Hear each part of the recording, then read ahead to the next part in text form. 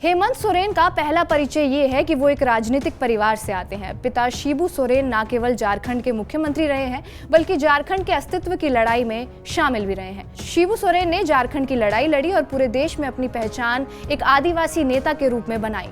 हालांकि बाद में उनके साथ कई विवाद भी जुड़े। अपने पिता की तरह हेमंत सोरेन भी जड़, जंगल और जमीन की बात करते हैं, लेकिन आज जमीन को लेकर ही वो घिरे हुए हैं। ईडी उन्हें ढूंढ रही है, घर के चक्कर लगा रही है, चार्टर्ड प्लेन रनवे पर खड़ी है, लेकिन हेमंत सोरेन का कोई अता पता नहीं है। नमस्कार, मेरा नाम है रिया शर्मा और आप देख रहे हैं TV9 भारतवर्ष। जमीन घोटाले के मामले में झारखंड के मुख्यमंत्री हेमंत सोरेन पर प्रवर्तन निर्देशालय यानी कि ईडी का शिकंजा कसता जा रहा है। सीएम सोरेन से पूछताछ के ईडी की टीम आज सुबह से दिल्ली में उनके आवास शांति निकेतन पर मौजूद है। हालांकि उनका कोई भी अता पता नहीं है। हेमंत सोरेन ने अभिषेक मनु सिंघवी और कपिल सिब्बल से भी मुलाकात की। उन्होंने अमित शाह से भी मिलने का समय मांगा था, लेकिन उन्हें समय नहीं मिल पाया। ईडी की तरफ से सीएम सोरेन को 10वां समन भेजा गया था, जिसके बाद शनिवार को सीएम दिल्ली के लिए रवाना हुए थे।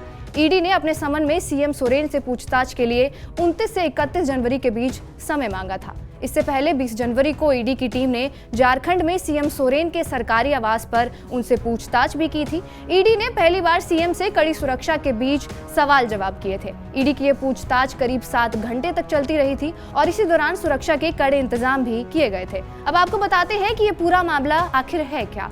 जमीन घोटाले के मामले की जांच ईडी कर रही है। दक्षिणी छोटा नागपुर के तत्कालीन आयुक्त नितिन मदन कुलकर्णी की रिपोर्ट के आधार पर ईडी ने ये जांच शुरू की थी। ये मामला सेना के कब्जे वाली जमीन की खरीद और बिक्री से जुड़ा हुआ है। आरोप ये है कि फर्जी नाम पता के आधार पर झारखंड में सेना की जमीन बिक्री हुई थी। इस मामले में रांची नगर निगम में एफआईआर भी दर्ज की गई थी। उसी एफआईआर के आधार पर ईडी ने जांच शुरू की है। इस घोटाले में हेमंत सोरेन के परिवार की संलिप्तता बताई जा रही है। इनमें भारतीय प्रशासनिक सेवा के अधिकारी छवि रंजन भी शामिल हैं, जो राज्य के समाज कल्याण विभाग के निदेशक और रांची के उपायुक्त के रूप में काम कर चुके हैं। माना जा रहा है कि ईडी हेमंत सोरेन को गिरफ्तार कर सकती है। आदिवासी समाज से आने वाले हेमंत सोरेन पहली बार 2013 में सीएम बने थे। हालांकि तब उनकी सरकार ज्यादा नहीं चल पाई थी। हेमंत अक्सर अपने भाषणों में आदिवासियों की जमीन, जंगल और भूमि अधिग्रहण कानून में संशोधन की बात करते हैं, जिनसे उनकी लोकप्रियता भी बढ़ी है और दोबारा राज्य में सत्ता भी।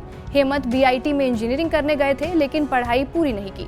साल 2009 में झारखंड से राज्यसभा के सदस्य बने, लेकिन ये कहानी भी अधूरी ही रही। महागठबंधन के साथ सरकार चला रहे हैं, लेकिन मौजूदा हालात को देखते हुए ऐसा लगता है कि इस बार भी हेमंत सोरेन की कहानी अधूरी ही रह जाएगी। कहा तो ये भी जा रहा है कि अगर उनकी गिरफ्तारी होती है तो उनकी पत्नी को झारखंड का सीएम भी बनाया जा सकता है, लेकिन सियासत में कुछ नहीं कहा जा सकता। ईडी उनके ड्राइवर को अपने साथ ले जा चुकी है। संभव है कि उनकी भी गिरफ्तारी हो जाए। बहरहाल आपका इस वीडियो पर क्या कुछ कहना है, हमें कमेंट बॉक्स में जरूर बताएं। बाकी देश और दुनिया की तमाम बड़ी खबरों के लिए जुड़े रहिए हमारे साथ TV9 भारतवर्ष पर।